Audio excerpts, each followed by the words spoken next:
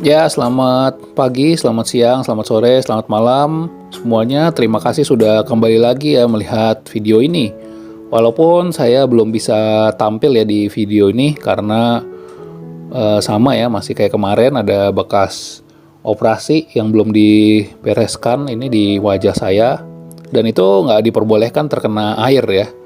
Jadi artinya muka saya udah rada berantakan, juga rambut juga udah nggak beres ya. Ya semoga nanti suatu hari, mungkin besok-besok saya bisa tampil lagi di video ya. Tapi mungkin penampilan saya juga nggak terlalu penting kan. Yang penting kan isi konten atau firman Tuhan yang saya sampaikan. Nah juga mau sharing sedikit aja nih hari ini.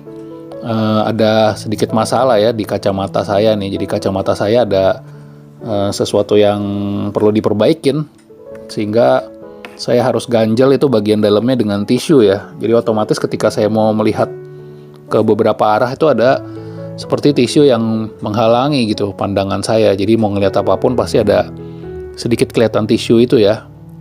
Ya mungkin teman-teman yang pernah pakai kacamata atau berkacamata juga sering ngalamin ya. Misalnya kacamata kita kotor, tentunya kotoran itu akan juga menghalangi pandangan kita ya. Mau ngelihat kemanapun kotoran itu ada. Atau dalam hal lain, barangkali kalau ada teman-teman yang kacamatanya retak juga gitu. Retakan itu akan kelihatan terus. Walaupun sebenarnya di pemandangan aslinya nggak ada sesuatu yang retak ya. Tapi karena kacamata kita retak, kita melihat ada retakan gitu di pandangan kita. Ya sama juga kalau memakai kacamata yang ini ya, semacam ribbon atau yang berwarna ya, kuning atau merah atau apapun. Barangkali pandangan juga akan ada warnanya ya, atau kacamata gelap kan pandangan jadi gelap. Itu seperti kita memandang hidup ini ya, bagaimana kita mau memandangnya itu tergantung dengan apa yang ada di pikiran kita ya. Kalau misalnya pikiran kita isinya negatif, tentunya kita mandang segala sesuatu secara negatif gitu. Walaupun sebenarnya fakta itu adalah sesuatu yang bagus atau sesuatu yang sifatnya netral. Tapi kalau kita udah ada pikiran-pikiran yang negatif, otomatis apapun yang dilihat jadi negatif gitu.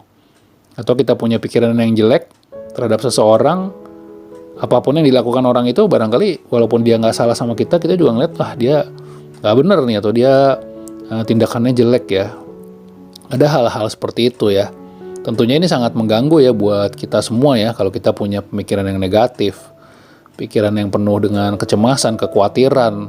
Semua sebagus apapun yang ada di depan kita, kita memandang itu sebagai sesuatu yang mengkhawatirkan, sesuatu yang pasti ada kurangnya, sesuatu yang pasti ada jeleknya ya. Itu artinya pandangan kita sudah terhalang gitu. Ya buat saya sendiri, kejadian kacamata ini juga menjadi suatu pengingat ya. Kalau pakai kacamata yang nggak benar ya kelihatannya juga nggak benar. Begitu juga dengan pandangan ya, dengan pikiran yang tidak benar, apapun yang lihat jadi tidak benar. Ya pasti resep yang terbaik adalah kalau buat saya di kacamata ini ya saya ganti kacamatanya atau saya perbaikin supaya pandangan saya bisa bagus. Tapi bagaimana dengan pikiran? Ya supaya bisa bagus, kita harus ganti pemikiran kita dengan idealnya adalah pemikiran yang alkitabiah ya, yang berdasarkan dengan firman Tuhan. Tentunya tidak mudah ya berpikir atau memandang sesuatu tuh secara alkitabiah ya, tidak gampang.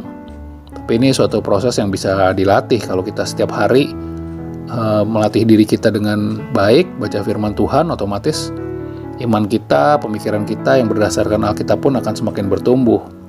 Seperti misalnya cerita Sadrak, Mesak, dan Abednego itu ya, ketika mereka dimasukkan ke dalam api gitu kan, itu kan suatu bencana ya. Dimanapun orang kita bisa melihat itu sesuatu yang negatif, nggak enak, musibah, masalah. Tapi di situ mereka bisa memandang itu dengan iman ya. Melihat dengan iman mereka bahwa yang dilihat itu bukan hebatnya api yang akan mematikan mereka gitu, tapi mereka melihat betapa Tuhan itu adalah tetap seseorang atau figur atau sesuatu yang harus tetap dipercaya gitu. Mereka tetap memandang iman kepada Tuhan adalah suatu hal yang penting.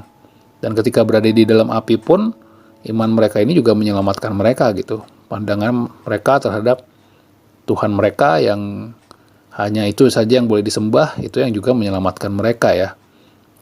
Jadi di sini balik lagi ke sudut pandang. Meskipun ada suatu masalah yang besar, tetapi kalau kita bisa memandang itu bahwa Tuhan tetap menjaga kita, Tuhan tetap beserta kita, ya kita pun akan tetap memandang masalah itu nggak sebesar yang kita bayangkan.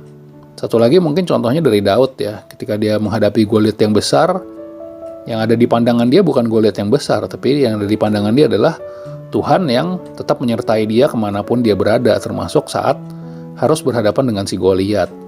Dan di situ si Daud ini bisa menang dengan Goliat itu, bisa melawan Goliat, menang karena ada pandangan iman dia yang kuat terhadap kehadiran Tuhan. Nah, semoga kita juga bisa ya seperti Sadrak, Mesak, Abednego atau seperti si Daud ya, memandang hidup kita ini bukan hanya dari kacamata atau sudut pandang bahwa wah hidup ini jelek, penuh kekhawatiran, penuh masalah, penuh bencana, tetapi hidup ini juga penuh dengan penyertaan Tuhan yang terus bisa menjaga kita setiap harinya, setiap malamnya, bahkan dalam kondisi-kondisi di mana kita mengalami kesulitan.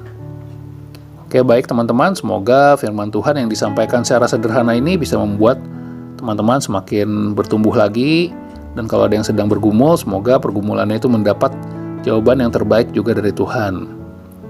Baik, sampai di sini saja. Sampai ketemu lagi, jangan lupa di subscribe, di like juga dinyalakan notifikasinya. Oke, terima kasih. Sampai jumpa.